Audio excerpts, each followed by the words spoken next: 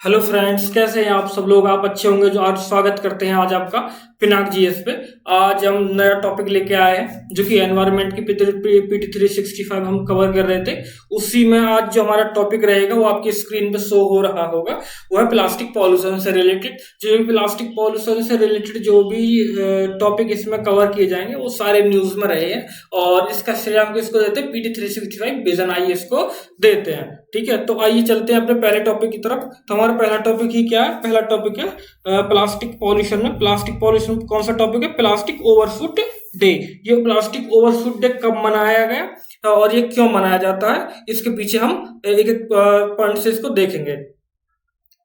तो सुर्खियों में क्यों रहा? जो अर्थ एक्शन है तो उसने कौन सी रिपोर्ट जारी की? उसने जारी की 2023 प्लास्टिक ओवरशूट डे जारी की। प्लास्टिक ओवरशूट डे के बारे में अगर हम एक ओवरव्यू लेना चाहें तो ये उस दिन को व्यक्त करता है जब उत्पादित प्लास्टिक अवशिष्ट की मात्रा उसे प्रभावी ढंग से प्रबंधित करने के लिए मौजूद अवशिष्ट प्रबंधन प्रणालियों की क्षमता से अधिक हो जाती है। मतलब उससे मोर देन हो जाती है। जितना एक साल के लिए टारगेट लिया गया था उस दिन वो क्षमता जो है उससे ज्यादा हो जाती है। तो उसी डे को क्या मनाया जाता है? उस डे को ओवरशूट डे के रूप में मनाया जाता है। और जो 28 जुलाई 2023 को ये पृथ्वी पर पहला प्लास्टिक ओवरशूट डे मनाया गया। कि मतलब 2023 का जो प्लास्टिक का टारगेट लिया था हमने यूज करने का, वो हमने 23 जुलाई को ही क्या कर लिया, उसको यूज कर लिया, मतलब उसको शूट कर दिया। तो ठीक है, तो ओवरशूट इसलिए यूज किया जाता है इसमें। और जो भारत के संदर्भ में अगर अन्य निष्कर्ष की बात करें तो 6 जनवरी 2023 को भारत में प्लास्टिक ओवरशूट डे मनाया गया था। 6 जनवरी 2023 को ओवरशूट डे मनाया दर्ज किया गया। और भारत उन देशों में से है जहां दुनिया में 52% कुप्रबंधित प्लास्टिक अवशिष्ट के लिए जिम्मेदार है। अवशिष्ट भारत क्या कि अपशिष्ट स्पंज का हिस्सा बन गया है। मतलब इसका आशय है, इसका मतलब यह है कि भारत ऐसे देश में है जहां प्लास्टिक की खपत तो कम है लेकिन प्लास्टिक से होने वाले प्रदूषण का जो लेवल है वो क्या है, वो हाई बना हुआ है। लेवल जो है वो हाई होता है। जो प्लास्टिक प्रदूषण कम करने के लिए सहायक नए समाधान क्या है? तो प्लास्टिक क्रेडिट होना चाहिए कि मतलब व्यापार करने को कार्बन क्रेडिट की तरह इन्हें खरीदा बेचा जा सके। दूसरा क्या है कि जो प्लास्टिक क्या ऑफसेटिंग होनी चाहिए कि कंपनी और जो उपभोक्ता है जो अपने प्लास्टिक उपयोग की प्रतिपूर्ति के लिए किसान क्रेडिट जो मतलब कह रहा हूँ प्लास्टिक क्रेडिट क्या कर सकते हैं, खरीद सकते हैं। तीसरा क्या होना चाहिए? जो प्लास्टिक न्यूट्रलिटी की बात इसमें होनी चाहिए। फुटप्रिंट की प्रतिपूर्ति हेतु जब पर्याप्त प्लास्टिक क्रेडिट है उनकी खरीद वगैरह हो सके। अब देखते हैं कि जो प्लास्टिक प्रदूषण है उस पे अंकुश लगाने के लिए कौन कौन से कदम उठाए गए, कौन कौन सी योजनाएं चलाएगी, कौन कौन सी कार्यक्रम चलाएंगे और कौन कौन से इनिशिएटिव्स इसमें लिए गए। तो सबसे पहला इनिशिएटिव्स कौन सा आता है? तो एक इनिशिएटिव्स का नाम होता है प्लास्टिक अवशिष्ट प्रबंधन संशोधन अधिनियम 2021। ये क्या किया गया? इसमें संशोधन किया गया और एकल जो सिंगल यूज प्लास्टिक है उसके मैन्युफैक्चरिंग के लिए, उसके आयात के लिए, भंडार करने के लिए और उसके वितरण के लिए, व्यापार उसकी सेल के लिए या उसके यूज के लिए क्या किया गया? उस पर प्रतिबंध लगाया गया। जो प्रतिबंध लगाया गया तो जो प्लास्टिक कैरी बैग की मोटाई 30 सितंबर 2021 को 500 माइक्रोन से बढ़ाकर कितना कर दिया गया था? 75 माइक्रोन कर दी गई थी। लेकिन इसके बाद क्या हुआ? 31 दिसंबर 2022 में इसमें थोड़ा संशोधन करते हुए फिर इसकी जो मोटाई की जो माइक्रोन थी उसको माइक्रोन को 120 कर दिया गया कि भाई अब 120 माइक्रोन से छोटे जो पतली प्लास्टिक की जो कैरी बैग होंगे वो भारत में यूज नहीं होंगे। ठीक है, तो इसमें ये कर दिया गया। तो अभी कौन सी है? 120 माइक्रोन से। ठीक है, ये उम्मीद करता हूँ क्लियर होगा आपका पॉइंट। एंड नेक्स्ट पॉइंट आता है हमारा। नेक्स्ट पॉइंट कौन सा आता है कि zero draft of global treaty to end plastic pollution. कि मतलब प्लास्टिक प्रदूषण को समाप्त करने के लिए जो वैश्विक संधि पर का जीरो ड्राफ्ट क्या है? ये चर्चा में क्यों रहा है? क्योंकि ये यूनेप ने जारी किया है। अभी हाल फिलहाल में यूनेप ने जारी किया है जो जीरो ड्राफ्ट है। इसके महत्वपूर्ण बिंदुओं की बात हम देखें तो ये क्या करता है कि खतरा पैदा करने वाले प्लास्टिक पर वैश्विक स्तर पर क्या होगा, प्रतिबंध लगाया जाएगा। और दूसरा क्या बताया कि जो ड्राफ्ट बनाया गया है इसमें कम समय में नष्ट होने वाले, मतलब जो शॉर्ट लिव्ड वाले प्लास्टिक पर भी क्या होगा, प्रतिबंध होगा। जो कम समय में नष्ट हो जाएंगे उन पर भी क्या क्या प्रतिबंध लगाया जाएगा, उनका भी इसमें उल्लेख किया गया है। अब हम बात करें तो यूएनएप की, तो यूएनएप की एक वार्ता समिति होती है, अंतर सरकारी वार्ता समिति INC। इसका क्या उद्देश्य होता है, इसका उद्देश्य है 2024 के अंत तक वार्ता को इसको पूरी करना और प्लास्टिक प्रदूषण पर एक वैश्विक और कानूनी रूप से बाध्यकारी संधि है ये, ठीक है। ये हो जाता है प्लास्टिक पॉल्यूशन का खत्म। और इससे रिलेटेड एक टॉपिक और आता है, वो क्या है, लैंड डिग्रेडेशन। लैंड डिग्रेडेशन क्या है कि भूमि का निम्नीकरण। तो ये चर्चा में क्यों रहा, क्योंकि जो UNCCD है, जो संयुक्त राष्ट्र की मरुस्थलीय रोकथाम अधिनियम है, उसने अपना पहला डैशबोर्ड लॉन्च कर दिया गया है। और इसमें क्या कि इसमें 126 कंट्री के डेटा का संकलन किया गया है।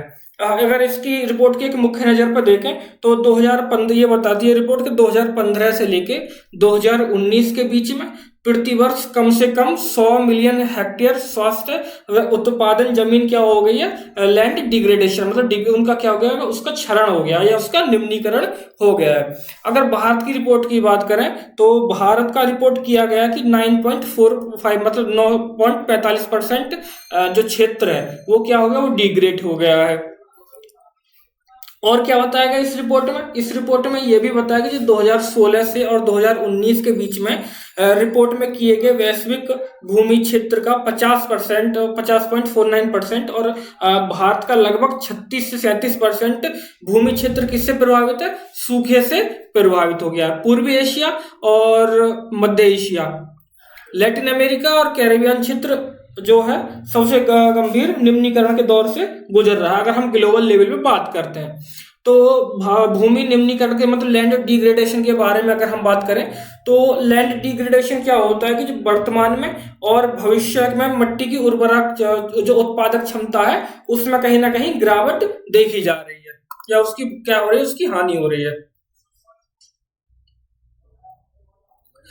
अब जब हमने पढ़ा था कि जो UNCCD है, तो UNCCD अभी जो चर्चा में आया था उसके लिए पूछ लेते कि है क्या। तो UNCCD क्या है कि एकमात्र कानूनी रूप से बाध्यकारी संगठन, बाध्यकारी फ्रेमवर्क है किसके लिए, मरुस्थलीकरण और सूखे के निपटान के लिए। इसकी उत्पत्ति जो हुई थी, इसकी उत्पत्ति 1994 में की गई थी और इसमें 197 पक्षकार है। और इसमें जो कौन को 197 में कौन कौन है, भारत सहित 196 देश है और यूरोपीय संघ इसमें शामिल है, यूरोपीय यूनियन भी इसमें शामिल है।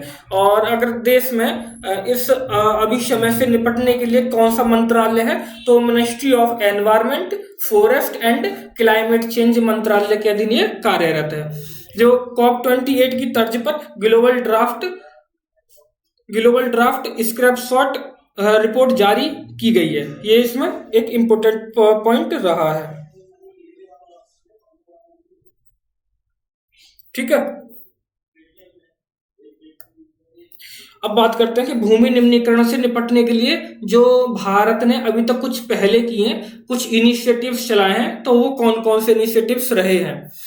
इसमें क्या कि भारत 2023 तक 26 मिलियन हेक्टेयर डिग्रेडेशन और निवनीकरण मतलब डिफोरेस्टेशन, भूमि का पुनरुद्धार मतलब रिहेबिलिटेशन का पुनरुद्धार करने के लिए स्वैच्छिक वन चैलेंज संकल्प में शामिल हो गया है, ठीक है। दूसरा क्या कि भारत ने राज्यवार निम्नीकृत भूमि की पहचान करने के लिए मरुस्थलीकरण और भूमि निम्नीकरण एटलस जारी किया है। इससे क्या पता चल जाएगा कि स्टेट्स में कौन से स्टेट में लैंड डिग्रेडेशन कितना है और डिफोरेस्टेशन कितना कितना हो रहा है, उसके डेटा इसको कलेक्ट कर लिए जाएंगे। तो उसी हिसाब से क्या किया जाएगा, उसी हिसाब से कदम उठाए जाएंगे। जो सरकारी प्रयास है और जो जागरूकता के लिए प्रयास किए जाएंगे वो सारे उसी हिसाब से किए जाएंगे। और तीसरा क्या किया गया इसमें, तीसरा इसमें किया गया जो एकीकृत जल जलभृत प्रबंधन कार्यक्रम चलाए गए और राष्ट्रीय हरित भारत मिशन भी इसमें चलाया गया इसके लिए। और 5th नंबर का क्या किया, जो संधारणीय भूमि और पारिस्थितिकी तंत्र प्रबंधन कार्यक्रम भी इसके लिए चलाया गया और राष्ट्रीय वनारोपण कार्यक्रम जो है डिफोरेस्टेशन और लैंड डिग्रेडेशन के लिए भी क्या चलाया गया, राष्ट्रीय वनारोपण कार्यक्रम। इसमें क्या कि पेड़ों को लगाया जा रहा है जिससे भूमि का क्षरण कम हो जाए और जो वनोन्मूलन हो रहा है वो इसमें बना रहे। ठीक है, अब बात करते हैं, एक नया टॉपिक आता है sand and dust storm, SDS. तो ये चर्चा में क्यों रहा? चर्चा में इसलिए रहा क्योंकि जो FOA है, खाद्य और कृषि संगठन है, उसने सैंड एंड स्टॉर्म्स क्या जारी की, एक रिपोर्ट जारी की है। ठीक है, रिपोर्ट जारी की है। तो सैंड एंड स्टॉर्म्स के बारे में अगर हम बात करें तो यह तब उत्पन्न होते हैं जब एक प्रबल विक्षोभ वाली पवनें निम्न वनस्पति आवरण या वनस्पति रहित शुष्क भूमि के ऊपर से गुजरती हैं। तो ये क्या करती है, जो मृदा के छोटे छोटे कण होते हैं, जो सॉइल्स के पार्टिकल्स होते हैं, उनको अपने साथ विंड में जो हवाएं होती हैं उनमें क्या कर लेते हैं, इनको इंक्लूड कर लेते हैं और वो किसके रूप में करते हैं, उनको क्या बोलते हैं, सैंड एंड डस्ट स्टॉर्म हम बोलते हैं। विश्व में जो 75% डस्ट है वो प्राकृतिक स्रोतों से होती है और जो 25% डस्ट अभी है जो देखने को मिलती है वो किसके द्वारा, वो ह्यूमन के रूप में होती है, मतलब जो मानव जनित स्रोत हैं उनके द्वारा की जाती है। ठीक है, सैंड और स्टॉर्म्स के अगर हम प्रभाव को देखें तो ये क्या कि जो ग्लेशियर पर जो धूल जमा हो जाने से उष्णता का प्रभाव घट जाता है। तो क्या हो जाता है कि जो बर्फ के पिघलने की दर होती है ग्लेशियर की, वो कहीं ना कहीं बढ़ जाती है। और दूसरा क्या है, जो सैंड ब्लास्टिंग की वजह से पेड़ और पौधे, छोटे छोटे पौधे जो टूट जाते हैं, धूल में दब जाते हैं और पौधों की जड़ें बाहर दिखने लगती हैं, जिससे क्या हो जाता है, कृषि उपज कम हो जाती है। ठीक है, क्योंकि जब पौधे टूट जाते हैं उससे।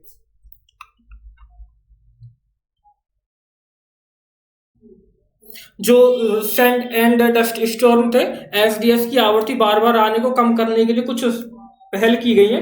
तो उनको देखते हैं, सबसे पहले हम देखते हैं कि वैश्विक लेवल पे क्या क्या पहल की गई है।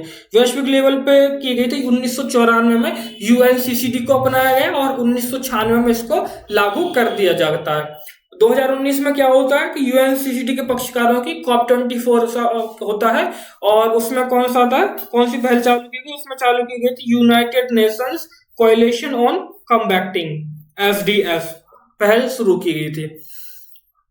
एंड ग्लोबल लेवल पे जो विश्व मौसम विज्ञान संगठन में WMO है, वर्ल्ड मेट्रोलॉजिकल ऑर्गेनाइजेशन है, उसने सैंड एंड डस्ट स्टॉर्म परियोजना की शुरुआत की है। तो ये तो हो जाते हैं वैश्विक लेवल पे की गई पहलों की बात कर लेती।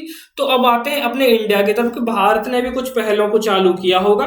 तो हम देखते हैं कि भारत ने कौन कौन सी पहल, कौन कौन से कदम, कौन कौन से इनिशिएटिव्स लिए हैं सैंड एंड डस्ट स्टॉर्म को कंट्रोल करने के लिए। सबसे पहले इसने बताया कि जो अरावली श्रेणी के चारों ओर बफर क्षेत्र बनाने के लिए अरावली हरित दीवार परियोजना की शुरुआत कर दी गई है। ठीक है, और दूसरा बताया कि जो राष्ट्रीय जलवायु परिवर्तन कार्य योजना जो NAPCC के तहत क्या कर दिया कि जो राष्ट्रीय ग्रीन इंडिया मिशन है, कौन सा राष्ट्रीय ग्रीन इंडिया मिशन है, उसकी इसमें शुरुआत कर दी गई, शुरुआत की है। तो ये हो जाता है टॉपिक खत्म। और देखते हैं कि अदर इंपोर्टेंट न्यूज क्या रहते हैं। तो अदर इंपोर्टेंट न्यूज में पहला टॉपिक आता है हमारा धरातलीय ओजोन, मतलब ग्राउंड लेवल ओजोन। ओजोन क्या होता है, ओजोन O3 होता है। ठीक है, और ओजोन को क्या बोलते हैं, इसको हम सेकेंडरी पॉल्यूटेंट भी कहते हैं, सेकेंडरी पॉल्यूटेंट भी कहा जाता है इसको। और जो क्षोभ मंडल में जो ओजोन बनती है उसको हम क्या बोलते हैं, बैड ओजोन कहते हैं, जो कि हमारे लिए क्या होती है, हार्मफुल होती है। और जो समताप मंडल में ओजोन बनती है वो हमारे लिए क्या होती है, वो हमारे लिए उसको गुड ओजोन बोलते हैं, वो हमारे लिए क्या होती है, बेनिफिशियल होती है। ठीक है, तो ये चर्चा में रहने का कारण क्यों है, चर्चा में यह है जो सेंट्रल पॉल्यूशन कंट्रोल बोर्ड है, CPCB है, उसने बताया कि धरातलीय ओजोन है दिल्ली के प्रमुख प्रदूषकों के रूप में उभरना शुरू हो गई है। कि दिल्ली के जो पॉल्यूटेंट है उनमें ओजोन का जो धरातलीय ओजोन है वो एक महत्वपूर्ण बनता जा रहा है उसमें। ठीक है, ये मिलती, अब ये उत्पन्न कहाँ से होती है, तो ये कि इसके स्रोतों की अगर हम बात करें तो एक कारों से, विद्युत संयंत्रों से और औद्योगिक बॉयलों से, रिफाइनरीज वगैरह से और रासायनिक संयंत्रों वगैरह से उत्सर्जित होती है। इसके प्रभाव देखते हैं, इससे सांस लेने में कठिनाई हो सकती है, खांसी और सांस में कमियां, तकलीफ हो सकती है। और क्या कि वनस्पति और पारिस्थितिकी तंत्र को भी ये नुकसान पहुंचाता है। ठीक है।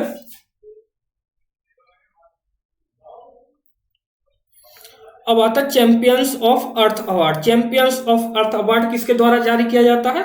ये यूनेप के द्वारा जारी किया जाता है और 2023 के लिए भी इसकी घोषणा कर दी गई है। तो champions of the earth award किसको दिया जाता है? तो ये उन व्यक्तियों को या उन समूहों को या उन संगठन को प्रदान किया जाता है जिनके कार्य का पर्यावरण पर एक रूपांतरित मतलब एक अच्छा खासा प्रभाव पड़ा हो। तो इन पुरस्कारों की स्थापना जो की गई थी, इन पुरस्कारों की स्थापना 2005 में की गई थी और तब से इन्हें एवरी ईयर डिस्ट्रीब्यूट किया जा रहा है। एवरी मतलब प्रत्येक वर्ष इनको क्या किया जा रहा है? दिया जा रहा है। लोगों को, एक समूहों को दिया जाएगा या फिर संगठनों को दिया जाए। तो कई बार क्वेश्चन ये भी पूछ ले जाता है कि चैंपियंस ऑफ अर्थ अवार्ड किस किस के लिए दिया जा सकता है? क्या एक व्यक्ति के लिए दिया जा सकता है, क्या संगठनों के लिए दिया जा सकता है, क्या समूहों के लिए दिया जा सकता है, या तीनों के लिए दिया जा सकता है? तो आपका ऑप्शन क्या कि भाई तीनों के लिए दिया जा सकता है। अब बात करते हैं एथाइलिन ऑक्साइड की। तो जो एथाइलिन ऑक्साइड है ये होती क्या है भाई? एथाइलिन ऑक्साइड जो है आप सब जानते होंगे क्योंकि ये एक मीठी गंध वाली ज्वलनशील रंगहीन गैस है और इसका उपयोग किसमें किया जाता है? एक कीटनाशक के रूप में और स्टरलाइजिंग एजेंट के रूप में इसका प्रयोग किया जाता है। इससे क्या कि ये कैंसर और म्यूटाजेनिक के रूप में वर्गीकृत किया जाता है। ये कैंसरकारी भी होता है। ठीक है। तो ये चर्चा में क्यों रहा है? चर्चा में ये हो रहा है कि जो यूरोपीय आयोग है ने एथिलीन ऑक्साइड को एक कीटनाशक अवशेष के रूप में क्या कर दिया गया है? शामिल कर लिया, वर्गीकृत किया है। पहले इसे किसके रूप में? फ्यूमिगेंट मतलब धूमक के रूप में वर्गीकृत किया जाता है। इसका अर्थ है कि जो यूरोपीय संघ को निर्यात किए जा रहे कृषि उत्पादों पर अब अनिवार्य रूप से क्या होगा? परीक्षण किया जाएगा। एक और इंपोर्टेंट गैस एंडोसल्फान, जो कि ये भी एक पॉल्यूटेंट है। तो ये चर्चा में क्यों रहा है? कि ये चर्चा में रहा जो नेशनल ग्रीन ट्राइब्यूनल है, राष्ट्रीय हरित प्राधिकरण है, अधिकरण है, उसने क्या किया? जो केंद्र सरकार और कर्नाटक और केरल को एक नोटिस जारी किया है और यह नोटिस क्या है कि केरल के कासरगोड जिले में मिंचिंग पड़ावू के क्षेत्र के पहाड़ी क्षेत्र में एंडोसल्फान की डंपिंग करने को शिकायत को लेकर किया जाता है। तो एंडोसल्फान है क्या? एंडोसल्फान है एक ऑर्गेनोक्लोरीन कीटनाशक है और इसका इस्तेमाल अलग अलग प्रकार से कई फसलों के ऊपर पेस्टिसाइड्स वगैरह के रूप में किया जाता है। यह कीटनाशक पूर्व सूचित सहमति पर रोटरडैम अभिसम और दीर्घ स्थानिक कार्बनिक प्रदूषण पर स्टॉकहोम अभिसम दोनों के तहत सूचीबद्ध है। ठीक है। जो एंडोसल्फान होता है तो इससे इसका प्रभाव कहाँ होता है? ये जो प्रजनन संबंधी समस्याओं को जन्म देता है और जो तंत्रिका तंत्र होता है उसको भी नुकसान देता है और ये कैंसरकारी होता है। ठीक है। कहीं ना कहीं इससे कैंसर होने के खतरे बढ़ जाते हैं। अब बात करते हैं पेट्रोलियम कोक, या इसको पेट कोक के नाम से भी जाना जाता है। तो सुप्रीम कोर्ट ने जो CAQM है, वायु गुणवत्ता प्रबंधन आयोग है, को अत्यधिक प्रदूषणकारी पेट कोक के वितरण से संबंधित मुद्दों पर विचार करने के लिए क्या दिए हैं? गाइडलाइंस जारी दिए हैं। तो पेट्रोलियम कोक क्या है? यह एक जो कार्बन युक्त ठोस सामग्री होती है और इसे अंतिम क्रैकिंग प्रक्रिया के द्वारा प्राप्त किया जाता है। पेट कोक क्या जो हाइड्रोफोबिक होता है, मतलब इसका क्या किया है? पेट कोक वर्षा के मौसम में नमी नहीं पकड़ता है। ठीक है। और इसका निर्माण कहाँ और इसका उपयोग कहाँ कहाँ किया जाता है? इसका उपयोग किया जाता है सीमेंट निर्माण में किया जाता है, चूना भट्टी में किया जाता है, औद्योगिक बॉयलर में किया जाता है, एल्युमिनियम एनोड आदि में इसका उपयोग खूब किया जाता है। अब आता है पेट 46 पॉलीथीलीन टेराफिलेट डिग्रेडिंग एंजाइम। ये चर्चा में क्यों रहा है?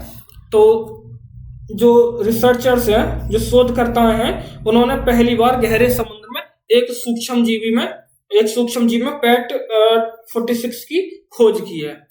पेट क्या है कि जो पेट है ये हमारा वो पेट नहीं जो यूपी गवर्नमेंट कराती है, लेकिन ये पेट दूसरा है। पेट क्या है कि एक हल्का प्लास्टिक है, इसका जो उपयोग किया जाता है वो खाद्य पदार्थों और सॉफ्ट ड्रिंक्स में और जल जैसे पेय पदार्थों की पैकिंग के रूप में किया जाता है। जो पेट है उसके डिग्रेडिंग एंजाइम कौन सा? एक तो पेटेज है, एक एमिटेज है, एक THC है, एक कट1 है। ये इसके टाइप्स, ये इसके कुछ एंजाइम्स और भी हैं। अब आते हैं great Pacific garbage patch. Great Pacific garbage patch क्या है कि यह उत्तरी प्रशांत महासागर में फैला समुद्री अपशिष्टों का एक संग्रह, क्योंकि वहां पर संग्रह क्या हो जाता है, वहां पर जाके जमा हो जा रहे हैं जो पैसिफिक में है। ठीक है, इसे पैसिफिक भंवर भी कहा जाता है। तो चर्चा में यह रहा इसलिए रहा है क्योंकि बताया जा रहा है कि जो ग्रेट पैसिफिक गार्बेज पैच है वहां प्लास्टिक के ढेर पर कई सारे तटीय जीव रहने लगे हैं। ठीक है, और अपनी प्रजातियों को क्या कर रहे हैं, वहां प्रजातियों को बढ़ा रहे हैं, इसलिए न्यूज में रहा है। अब बात करते हैं भारत में ई वेस्ट की। ई वेस्ट इन इंडिया। तो ई वेस्ट से मतलब क्या होता है? ई वेस्ट से मतलब होता है कि जो विद्युत और इलेक्ट्रॉनिक उपकरण हैं या उनके कुछ हिस्से हैं जो अभी प्रयोग में नहीं रहते, उनको हम कहीं डंप कर देते हैं, तो उसको हम कहते हैं ई वेस्ट के रूप में कहते हैं। ठीक है, और भारत को एक डेटा के अनुसार देखें तो भारत विश्व में तीसरा सबसे अधिक ई अपशिष्ट उत्पादित करने वाला देश है। पहले और दूसरे स्थान पर, पहले पे चाइना है और दूसरे पे संयुक्त राज्य अमेरिका यूएसए है। ठीक है, और ई अपशिष्ट का प्रभाव क्या होता है? ये स्वास्थ्य के लिए खतरा बढ़ाता है और पर्यावरण पर भी प्रभाव देखा जाता है और इसका सामाजिक प्रभाव भी देखा जाता है। तो ई अपशिष्ट प्रबंधन अधिनियम 2030 के तहत प्रावधान किया गया है। कौन सा अधिनियम के तहत? 2022 के तहत प्रावधान किया गया। मतलब यह प्रत्येक निर्माता, उत्पादन और नवीकरणकर्ता, विखंडनकर्ता और पुनर्चक्रणकर्ता पर लागू होते हैं। ठीक है, ई अपशिष्ट का प्रभाव क्या होते हैं भाई? इसमें सीसा और मरकरी, पारा, कैडमियम और जो अग्निशामक होते हैं जैसे खतरनाक पदार्थ इसमें पाए जाते हैं। अब एक और टॉपिक न्यूज में है, एक पॉइंट, वो है अदृश्य ई अपशिष्ट, इनविजिबल ई वेस्ट। तो इस वर्ष ई अपशिष्ट दिवस का मुख्य केंद्र क्या था? अदृश्य ई अपशिष्ट। जो अंतरराष्ट्रीय ई अपशिष्ट दिवस था, इंटरनेशनल ई वेस्ट डे था, उसकी जो मुख्य केंद्र क्या था? वो था इनविजिबल ई वेस्ट, के जो दिखाई नहीं देते हैं। तो इस दिवस का, यह दिवस क्या है कि एक वार्षिक जागरूकता प्रसार अभियान के रूप में कार्य करता है और यह गैर लाभकारी संस्था कौन सी? Waste electrical and electronic equipment WEEE forum के द्वारा शुरू किया गया है। एक नया पॉइंट चर्चा में, जीरो वेट के लिए वन स्टॉप सेंटर, मतलब one stop centres for zero waste. तो सरकार ने बताया कि जो 3R है, RRR है, लॉन्च करने जा रहे हैं। RRR क्या है कि रिड्यूस, रिसाइकल एंड रीयूज, कि मतलब उनको रिड्यूस, उसको कम किया जाएगा, रिसाइकल किया जाएगा उनको, और उनको क्या जाएगा, उनको रीयूज किया जाएगा। ठीक है, के लिए क्या करेंगे? एक वन स्टॉप सेंटर लॉन्च करने जा रही है। इससे क्या होगा? जो इन सेंटर्स में नागरिक और वाणिज्य उद्यम अपने अप्रयुक्त या उपयोग की जा चुकी प्लास्टिक की वस्तुएं, जो कपड़े हैं, जूते हैं, किताब है, खिलौने आदि को क्या करा सकते हैं? वहां पे जमा करा सकते हैं। तो ये पर क्या करेंगे? वन स्टॉप सेंटर के रूप में, समाधान के रूप में कार्य करेंगे। ठीक है, नेक्स्ट है international day of zero waste, IDZW। ये किसके द्वारा मनाया गया? पहली बार अंतरराष्ट्रीय शून्य अपशिष्ट दिवस मनाया गया और इसका उद्देश्य क्या है? जो अपशिष्ट में कमी लाना है, इसका उद्देश्य। तो किसके द्वारा मनाया गया? यूनाइटेड नेशन जनरल असेंबली के UNGA के द्वारा इसको मनाया गया और 30 मार्च 2022 को इसको घोषित करने के लिए संकल्प के रूप में अपनाया गया था। इस आयोजन को किसके रूप में किया गया? यूनेप और UN हैबिटेट द्वारा संयुक्त रूप से संचालित किया जाएगा। ठीक है, नेक्स्ट टॉपिक क्या है? जो इंटरनेशनल कन्वेंशंस हैं, ट्रीटीज हैं और जो इनिशिएटिव्स रहे हैं पॉल्यूशन वगैरह को लेके, तो उनके एक एक रूप से चर्चा कर लेते हैं। तो सबसे पहले कौन सा आता है? मिनामाता कन्वेंशन ऑफ मरकरी। ये हमने पहले भी डिस्कस कर चुके हैं, ऊपर शायद पहली या दूसरी क्लास में डिस्कस कर चुके हैं। तो जो है चर्चा में क्यों रहा? क्योंकि चर्चा में इसलिए रहा, जो मिनामाता का कन्वेंशन है उसका COP5 कहाँ हुआ? जेनेवा में आयोजित किया गया। जेनेवा में इसको आयोजित किया गया और इसमें क्या गया? जो इसमें एनेक्स में संशोधन किया गया। इस कन्वेंशन में जो एनेक्सेस थे उसमें संशोधन किया गया और बताया गया कि 2025 तक जो सौन्य प्रसाधनों में पारा स्तर मिलावट में अनुमति नहीं दिए जाने का निर्णय लिया। मतलब जो आपके ब्यूटी प्रोडक्ट हैं, जो कॉस्मेटिक्स प्रोडक्ट हैं, उनमें जो मरकरी का स्तर मिलावट की अनुमति नहीं दी गई है। अगर मीना माता कन्वेंशन की अगर अभी समय के बारे में हम बात करें तो ये कहा कि जेनेवा में वर्ष 2013 में अपनाया गया था और 2017 में ये संधि लागू की गई थी। यह क्या है कि यह मानव स्वास्थ्य और पर्यावरण को पारे से प्रतिकूल प्रभावों से बचने के लिए विश्व की पहली कानूनी रूप से बाध्यकारी संधि है। और इस कन्वेंशन को जापान के एक शहर मीनामाता में किया गया, इसलिए इसका नाम क्या किया गया, इसका नाम भी मीनामाता रख दिया गया, क्योंकि 1950 के दशक में मीनामाता रोगों का केंद्र बन गया था। और इससे कौन सी बीमारी होती है, इससे तंत्रिका तंत्र संबंधी बीमारी होती है। बीमारी का नाम है इताई। और इसमें क्या है कि 144 पक्षकार है और 128 हस्ताक्षरकर्ता देश है। इसमें भारत ने 2018 में इसकी पुष्टि कर दी थी। हालांकि यह जब अभी पुष्टि है 2025 तक पारा संबंधी उत्पादों और पारा यौगिकों से संबंधित प्रक्रियाओं के निरंतर उपयोग के लिए लचीलेपन के साथ की गई थी।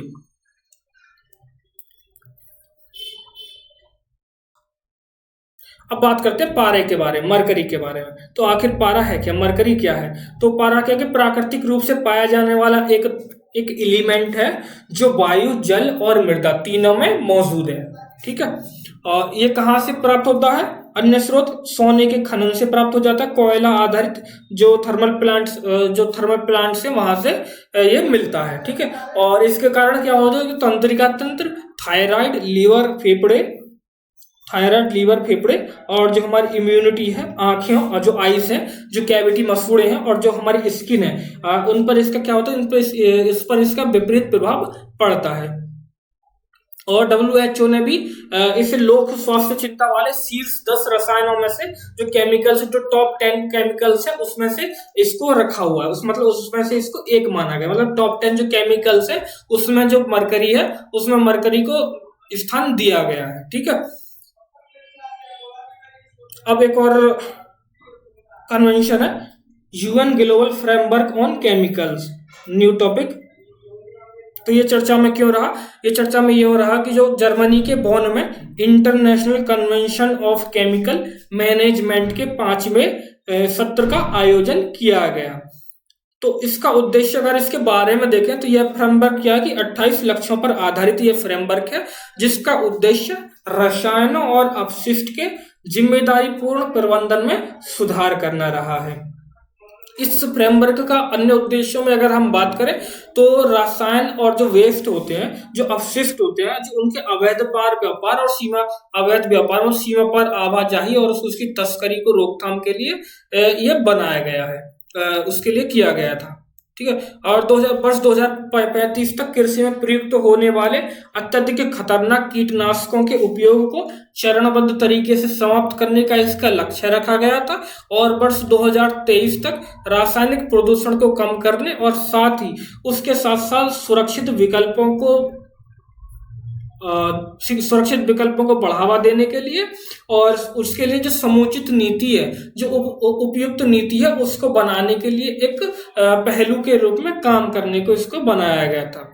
ICCM क्या है कि एक ग्लोबल फ्रेमवर्क के अंतर्गत के अतिरिक्त बॉन घोषणा पत्र में भी इसमें अपनाया गया था। जिसका उद्देश्य क्या है? इसका उद्देश्य कि हानिकारक रसायनों के संपर्क में आने से बचना और जहां उपयुक्त हो सबसे हानिकारक रसायन को एक चरणबद्ध तरीके से समाप्त कर देना इसका उद्देश्य रहा है। अब बात करते हैं कि जो खतरनाक रसायन है, जो मतलब हैजार्डस केमिकल्स हैं, उसको निपटने के लिए लागू किए गए जब कन्वेंशन कौन से जारी किए गए हैं। तो सबसे पहले कौन सा कन्वेंशन किया गया? वेसल कन्वेंशन किया गया 1989 में। और उसके बाद रॉटरडैम कन्वेंशन किया गया 1998 में। स्टॉकहोम कन्वेंशन किया गया 2001 में। और कौन सा? बेगानी कन्वेंशन किया गया 1995 में। ठीक है।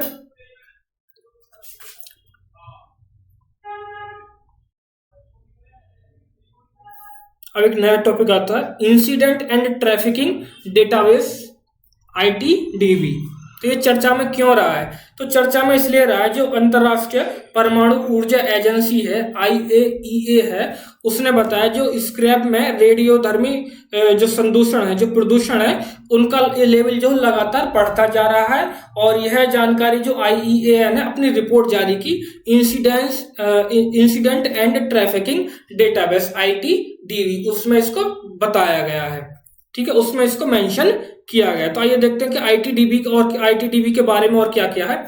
तो ITDV की शुरुआत 1995 में इंटरनेशनल, जो मतलब IAEA है,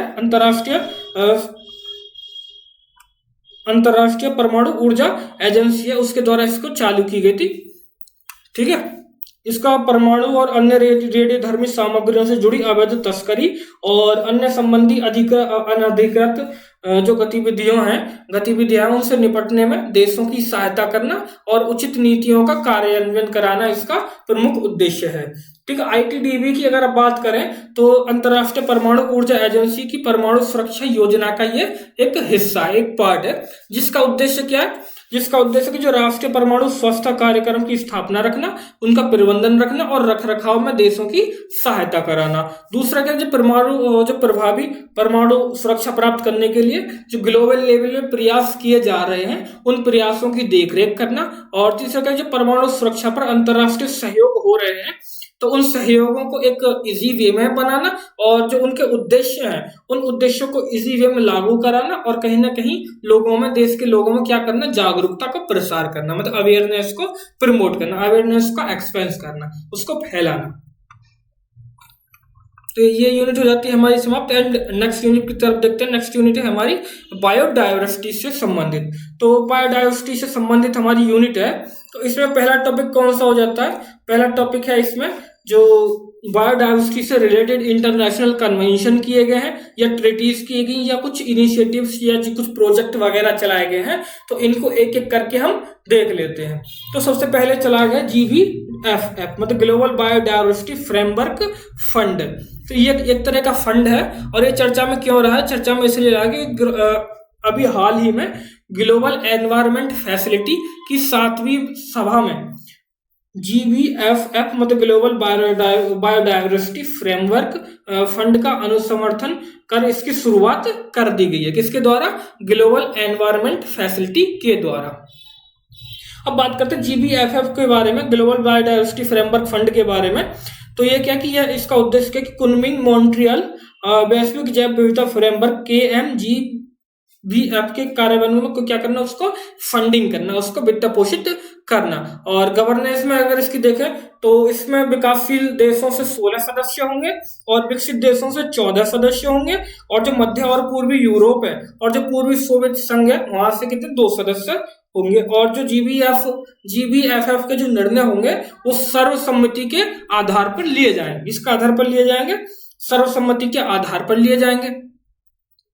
अब बात कर लेते हैं Kunming Montreal global biodiversity framework के और उसके गोल्स और टारगेट के बारे में। तो इस फ्रेमवर्क के लिए 2050 के लिए 4 दीर्घकालिक गोल्स निर्धारित किए गए हैं। वो 4 दीर्घकालिक जो लॉन्ग टर्म के गोल्स क्या क्या हैं?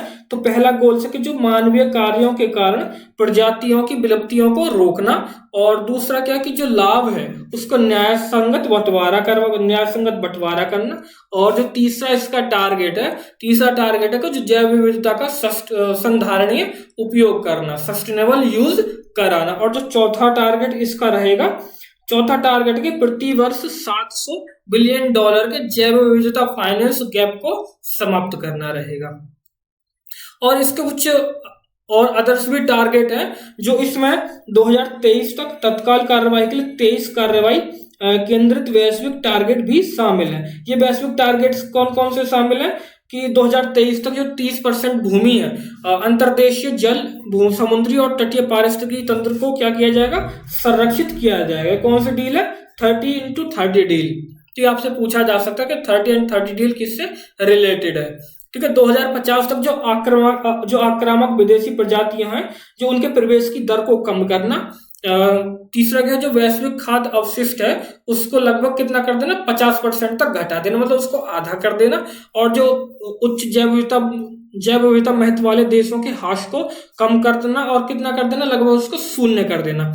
और हर साल सरकार द्वारा दी जा रही $500 बिलियन की हानिकारक सब्सिडी में क्या लाना, कमी लाना, और जैव विविधता फाइनेंस गैप को कम करने हेतु प्रतिवर्ष $200 अरब के निवेश को जुटाना। तो हालांकि आपसे ये चीजें हो सकता है नहीं भी पूछी जाए, लेकिन जो इसके ऊपर टारगेट दिए हुए थे, ये टारगेट आपको क्या होने चाहिए, याद होने चाहिए। इसमें जो ये अभी मैंने बताया था 30-30 डील, तो ये एक बार आपको याद होनी चाहिए 30-30 डील के बारे में, ठीक है। तो इसमें देखते हैं कि जो इसका फंड या आवंटन कहाँ से होगा। तो इसकी फंड आवंटन क्या होगा, जो जैव विविधता की रक्षा और संरक्षण सुविधा सुनिश्चित करने के लिए 20% धनराशि उस देश के लोगों के द्वारा या स्थानीय समुदाय के द्वारा दी जाएगी, ठीक है। और वित्त पोषण क्या करेगी, बाकी वित्त पोषण सरकार करेगी, और दान से प्राप्ति जो निजी क्षेत्र प्राइवेट सेक्टर है और जो अंतर्राष्ट्रीय इंटरनेशनल फाइनेंशियल इंस्टीट्यूशंस है, जो वित्तीय संस्थान है, वो इसमें करेंगे। अब बात करें कुनमिंग मॉन्ट्रियल वैश्विक जैव विविधता फ्रेमवर्क के बारे में। तो ये कब लागू किया गया था, ये लागू किया गया था COP15 में, इसको अपनाया गया था। और इसे इसे क्या बोलते हैं, आईसी जैव विविधता लक्ष्य की जगह लागू किया गया था। हालांकि ये जो कन्वेंशन है, ये कानूनी रूप से बाध्यकारी नहीं है, और 2050 तक इसके लिए 4 गोल्स रखे गए। 2023 तक इसके 23 टारगेट रखे गए थे। 2030 तक कितने टारगेट, 30 टारगेट जो हमने ऊपर देख लिए हैं, और 2050 तक 4 गोल्स जो अभी हमने डिस्कस किए हैं। तो ये क्या हो जाते हैं, ये इंपोर्टेंट हो जाते हैं, पता होने चाहिए। अब एक नया टॉपिक आता है हमारे समझ क्योंकि ऊपर हमने अभी बात की थी ग्लोबल एनवायरनमेंट फैसिलिटी की, तो उसको भी देख लेते हैं, ठीक है। तो ये चर्चा में क्यों रहा है, तो चर्चा में ये रहा है, जो GEF काउंसिल है, उसने जलवायु और जैव विविधता और प्रदूषण जैसे मुद्दों से निपटने के लिए और उन प्रयासों में तेजी लाने के लिए $1.4 बिलियन के वितरण को क्या कर दी गई है, मंजूरी कर दी गई, उसको मंजूर कर दिया गया। GEF के बारे में देखते, तो GEF की स्थापना कब हुई थी, 1991 में हुई थी। और यह क्या कि एक मल्टीलेटरल क्या है, एक कोष है, एक फंड है, मल्टीलेटरल एक फंड है, जो कि क्या करता है, जो पर्यावरण समस्याओं के सभी पहलुओं को लेकर काम करता है, ठीक है। उद्देश्य क्या है, उद्देश्य इसमें जो है वो जलवायु परिवर्तन को देखना और जैव विविधता का संरक्षण करना, और इंटरनेशनल जो वाटर है, अंतर्राष्ट्रीय जल निकाय है, उनका संरक्षण करना, और ओजोन क्षरण को रोकना, इसके प्रमुख उद्देश्य में रहेंगे। और इसकी कार्यान्वयन एजेंसी तो विश्व बैंक, वर्ल्ड बैंक, यूनेप और UNDP, United Nation development programme, इसकी 3 एजेंसियों के अंतर्गत कार्य करेगा। और भारत सहित इसके 186 कंट्रीज इसमें शामिल हैं, ठीक है। जो अन्य संबंधित है वो पहला तथ्य हम देखें तो यह अल्प विकसित देश निधि LDCF और जो विशेष जलवायु परिवर्तन निधि है का भी संचालन करता है। और जैव विविधता पर भविष्य में CBD के प्रावधानों को अपनाने के उपलक्ष्य में प्रतिवर्ष 22 मई को अंतर्राष्ट्रीय जैव विविधता दिवस मनाया जाता है। कब मनाया जाता है, अंतर्राष्ट्रीय इंटरनेशनल बायोडायवर्सिटी डे, तो मनाया जाता है 22 मई को। तो जो GEF है, ग्लोबल एनवायरमेंट फैसिलिटी है, ये 5 अभिशमियों के लिए जो 5 कन्वेंशन है उनके लिए एक फंडिंग सिस्टम के रूप में कार्य करेगा। वो किस किस के रूप में करेगा, CBD के रूप में करेगा, कन्वेंशन ऑफ बायोलॉजिकल डाइवर्सिटी या बायोडाइवर्सिटी, UNFCCC के लिए करेगा, स्टॉकहोम के लिए किया करेगा, UNCCD के लिए करेगा, और मीनामाता अभिशमय के लिए करेगा, इनके लिए करेगा 5 के लिए। अब GEF जो संस्था है, उसके जो फंड है, उसके द्वारा कुछ रिपोर्ट्स भी जारी की गई हैं, तो उनको भी देख लेते हैं। तो उनकी एक रिपोर्ट जारी की गई, इंक्लूसिव कंजर्वेशन इनिशिएटिव, अनन्य संरक्षण पहल। तो ये किस किस के द्वारा जारी की गई है, ये जारी की गई वैश्विक पर्यावरण सुविधा मत ग्लोबल एनवायरमेंट फैसिलिटीज के द्वारा, और कंजर्वेशन इंटरनेशनल के द्वारा इसको जारी किया गया है। ये भी कंजर्वेशन इंटरनेशनल क्या है, ये एक संस्था है, ठीक है।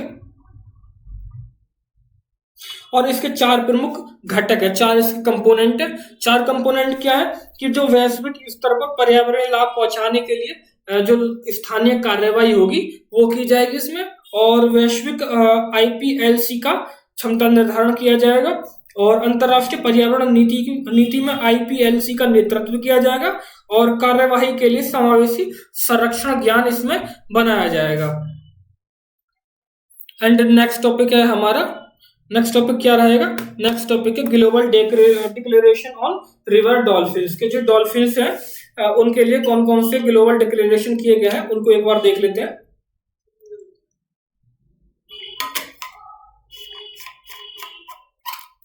तो ये चर्चा में क्यों रहा है? चर्चा में ये इसलिए रहा कि जो 11 देशों ने कोलंबिया के बोगोटा में global declaration of river dolphin 2030 पर क्या किए, 2030 पर क्या किए, इस पे हस्ताक्षर कर दिए गए हैं। और ये घोषणा पत्र के बारे में देखा तो ये उन 11 देशों के द्वारा अपनाया गया है जहां पे रिवर डॉल्फिन पाई जाती है। तो रिवर डॉल्फिन कहाँ कहाँ पाई जाती है? तो ये बांग्लादेश,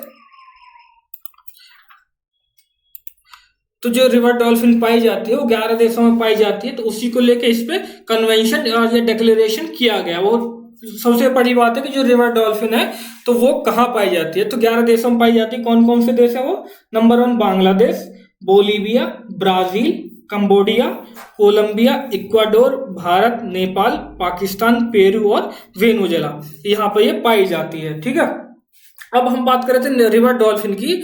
तो रिवर डॉल्फिन के बारे में अगर हम देखें तो रिवर डॉल्फिन क्या है कि दुनिया की कुछ सबसे बड़ी नदी प्रणालियों में शीर्ष शिकारी के रूप में पाई जाती है। और यह क्या है कि ये किसी नदी के जो हेल्थ है, जो वाटर की हेल्थ है, जो प्रदूषण है, उसका भी एक महत्वपूर्ण संकेतक पाया जाता है, क्योंकि यह स्वच्छ जल में रहती है। 1980 के दशक के बाद से इसकी आबादी जो है, जो इसकी पॉपुलेशन है, उसमें लगभग 73% की कमी देखी गई है। तो जो अभी रिवर डॉल्फिन पाई जाती हैं, जो उसकी वर्तमान प्रजाति हैं, उनके बारे में हम बात कर लेते हैं। तो जो अमेजन नदी डॉल्फिन है, जिसे पिंक रिवर डॉल्फिन भी कहते हैं, या इसको क्या बोलते हैं, इसको बोटो भी कहते हैं। तो ये IUCN की जो स्टेटस है, इसका IUCN में स्टेटस कौन सा? इंडेंजर्ड इसका स्टेटस है, और यह केवल मीठे पानी में पाई जाती है। इसका निवास क्षेत्र कौन सा होता है? मीठे पानी में इसे पाई जाती है। और दूसरा क्या है, जो गंगा डॉल्फिन है, गंगा नदी डॉल्फिन, इसको हम क्या बोलते हैं? इसको सूज भी बोलते हैं। और IUCN की जो इसका स्टेटस देखते हैं तो वो भी कहाँ है? वो भी इंडेंजर्ड में है, और ये मेनली भारत में और बांग्लादेश में गंगा और ब्रह्मपुत्र नदी में पाई जाती है। ठीक है, और जो हमारी 4th नंबर की डॉल्फिन है वो कौन सी? सिंधु नदी डॉल्फिन है। इस डॉल्फिन को क्या बोलते हैं? इस डॉल्फिन को भूलन भी बोलते हैं, और ये पाकिस्तान में ब्यास नदी में पाई जाती है। और IUCN की स्थिति कौन सी है? इंडेंजर्ड।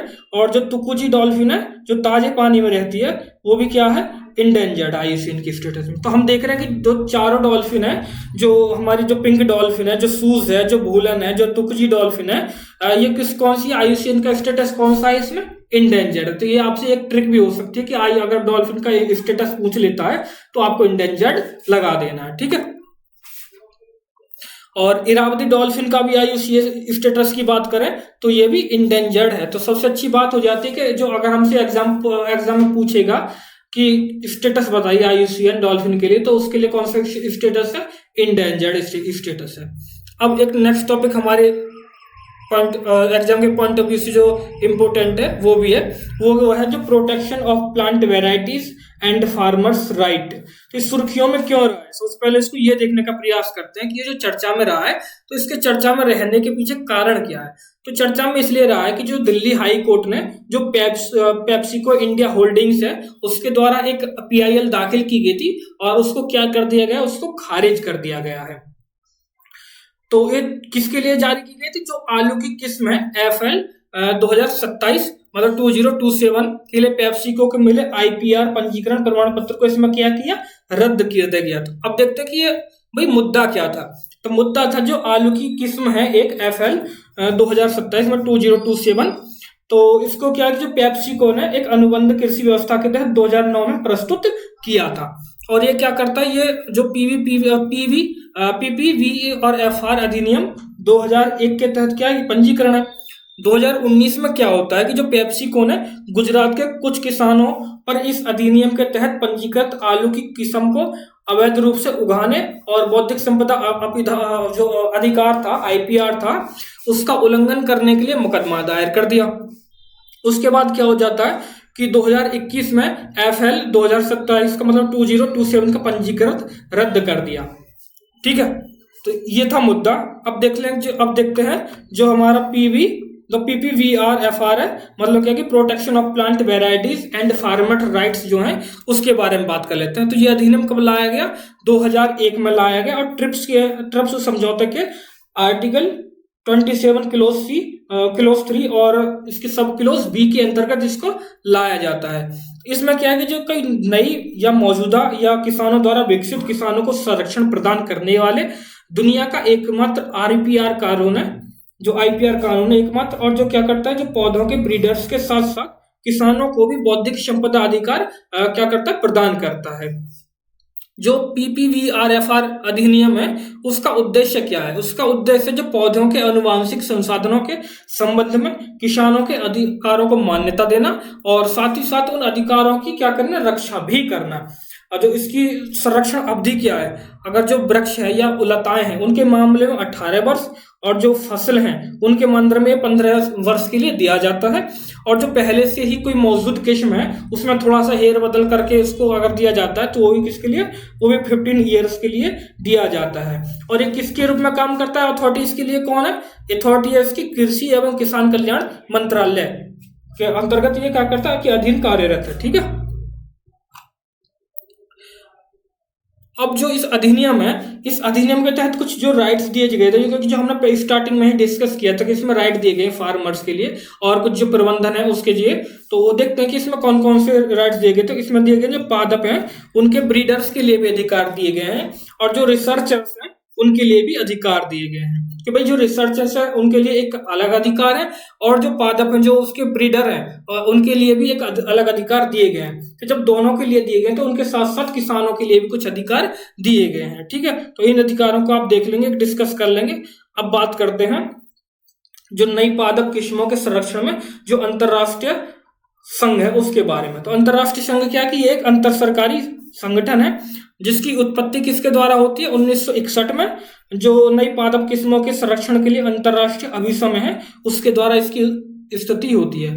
अगर इसका हेडक्वार्टर की बात करते हैं, मुख्यालय की, तो इसका मुख्यालय कहाँ है? जेनेवा में, जो कहाँ पड़ता है? स्विट्जरलैंड में पड़ता है। सबसे इम्पोर्टेंट बात हमारे लिए ये हो जाती है क्योंकि भारत अभी तक इसका हिस्सा नहीं है। तो आपके एग्जाम में ये भी पूछा जा सकता है कि क्या भारत इसका हिस्सा है या क्या भारत इसका हिस्सा नहीं है। तो हमको यही पॉइंट देखना कि भारत इसका हिस्सा नहीं है। अब एक और टॉपिक आता है, नेक्स्ट टॉपिक है international treaty on plant genetic resources of food and agriculture, ITPGRFA। तो ये चर्चा में क्यों रहा? चर्चा में इसलिए रहा कि जो किसानों के अधिकारों पर जो वैश्विक संगोष्ठी की गई थी तो उसमें किसानों के अधिकारों पर दिल्ली फ्रेमवर्क को अपना लिया गया है। और इसका आयोजन किसके द्वारा किया गया? इसका आयोजन किया गया खाद्य और कृषि संगठन मंत्रालय के कृषि संगठन के द्वारा किया गया, food and agriculture organisation FAO के द्वारा इसका किया जाता है। ठीक है, जो ITPGR है इसके बारे में अगर बात करते हैं तो इसे किसके नाम से जाना जाता है? इसे सीड ट्रीटी के नाम से भी जाना जाता है। और दुनिया भर में यह PGRFA का संरक्षण करता है, उसके उपयोग के लिए और उसके प्रबंधन के लिए एक अंतरराष्ट्रीय समझौते के रूप में कार्यरत रहता है, जो कि कानूनी रूप से बाध्यकारी समझौता है और 2001 में अपनाया गया था। और हालांकि 2001 में अपनाने के तुरंत बाद लागू नहीं किया जा सका और 2004 में इसको लागू किया जाता है। भारत इसका पक्षकार है। ठीक है, और इसने क्या बनाया? इसने जो स्वालबोर्ड ग्लोबल सीड वर्ल्ड की स्थापना के लिए मार्गदर्शन के लिए काम किया। और 2023 में चर्चा में ये इसलिए रहा क्योंकि इसकी 15वीं वर्षगांठ मनाई गई और इसकी स्थापना नॉर्वे सरकार ने की और वित्त पोषण भी नॉर्वे सरकार ही करती है।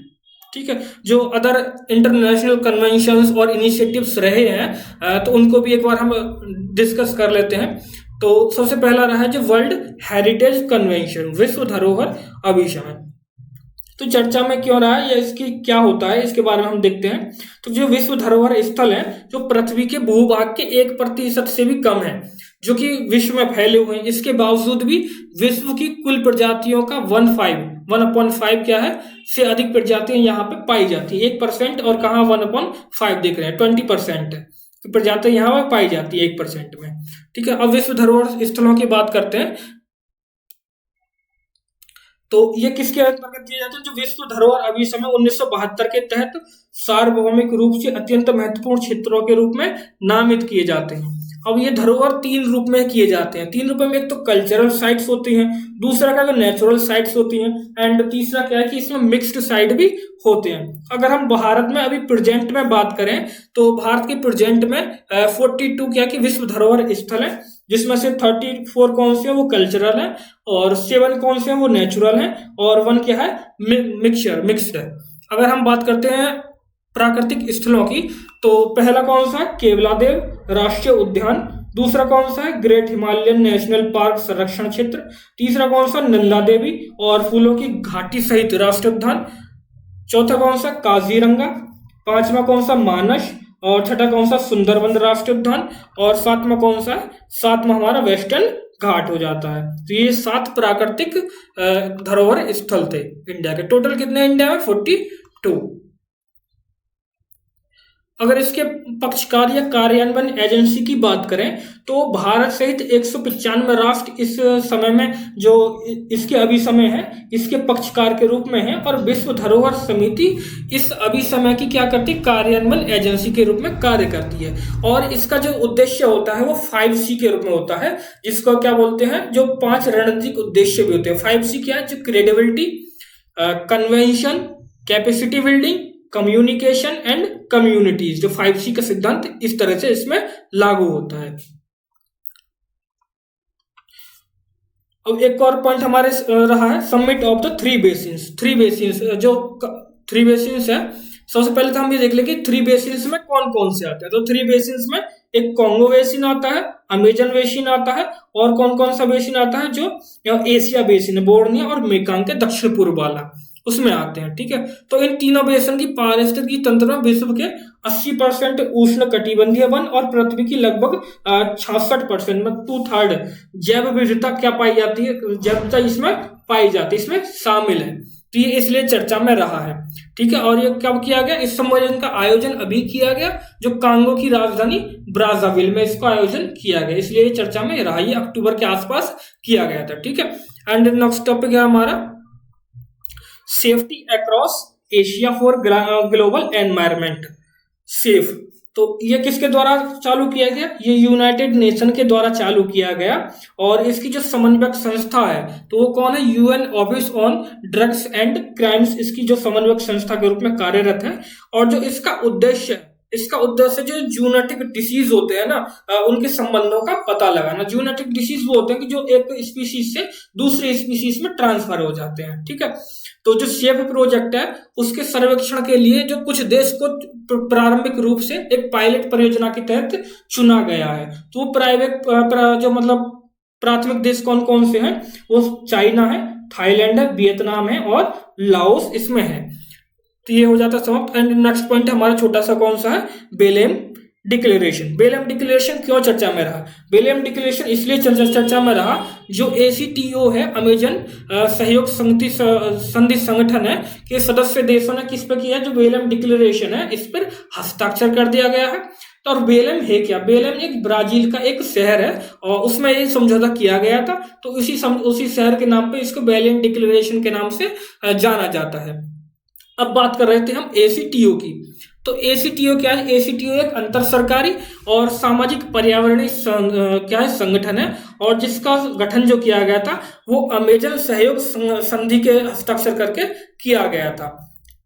इसका उद्देश्य क्या है? तो इसका उद्देश्य है इसमें निवर्णीकरण के खिलाफ अमेजन गठबंधन शुरू करने के लिए प्रतिबद्धता भी व्यक्त की जाती है, और उसके लिए इसके कार्य भी कराए जाते हैं। ठीक है, दूसरा टॉपिक क्या है? दूसरा टॉपिक है हमारा world organisation for health for animal health, WOAH। तो इस चर्चा में क्या हो रहा कि WOAH की जो 33 कॉन्फ्रेंस आयोजित की गई है, कहाँ की गई है? ये हमारी की गई न्यू दिल्ली में की गई है। WOAH के बारे में अगर हम बात करें तो ये अंतर सरकारी संगठन है जो जानवरों में स्वास्थ्य के सुधार को लेकर अलग अलग देशों के साथ काम करता है। जो इसकी उत्पत्ति जो हुई थी वो 1924 में जो रिडरपेस्ट कैटल डेग था उसके फैल जाने के परिणाम स्वरूप इसको बनाया गया था। और अगर इसके हेडक्वार्टर की बात करते हैं तो इसका हेडक्वार्टर पेरिस में है और भारत सहित इसके 183 कंट्रीज इसमें शामिल है, जिसमें इंडिया भी इंक्लूड है। अब नेक्स्ट टॉपिक आ जाता है हमारा इंटरनेशनल व्हेलिंग कमीशन। इंटरनेशनल व्हेलिंग कमीशन क्या है कि जो IWC है, जो वैकिटा पोर्पोइज है, ने अपनी पहली विलुप्त होने की चेतावनी जारी कर दी है। जो वैकिटा पोर्पोइज है ये क्या है कि ये क्रिटिकली इंडेंजर्ड है और केवल उत्तरी कैलिफोर्निया की खाड़ी में कुछ क्षेत्रों में पाई जाती है। जो IWC है, अगर इसकी उत्पत्ति की बात करें तो इसकी उत्पत्ति जो हुई थी तो व्हेलिंग के विनियमन के लिए जो इंटरनेशनल कन्वेंशन हुआ था 1946 में, उसके तहत एक अंतर सरकारी संगठन के रूप में इसको स्थापित किया गया था। इसके प्रमुख कार्य क्या है? इसके प्रमुख कार्य हैं जो व्हेल स्टॉक के उचित संरक्षण के लिए प्रावधान करना और इस प्रकार क्या करना, व्हेल जो मत्स्यन है उसके उपयोग के लिए और उसके उद्योगों के लिए एक व्यवस्थित और विकास को संभव बनाना। अगर हम इसके सदस्यों की बात करें तो भारत सहित इसके वर्तमान में 88 देश इसमें सदस्य के रूप में शामिल हैं। तो नेक्स्ट टॉपिक हमारा होगा कल से वाइल्ड लाइफ एंड कंजर्वेशन, जो जैव विविधता से संबंधित अधिनियम इसमें रहे हैं और जो भी इंपॉर्टेंट इसमें ट्रीटीज रही हैं, जो कन्वेंशन रहे हैं, उसमें हम इनको डिस्कस कर लेंगे। तो आज के लिए इतना ही रहने देते हैं, मिलते हैं एक नई क्लास में। तब तक के लिए जय हिंद और हमारे चैनल को सब्सक्राइब कीजिए और ठीक है, बाय।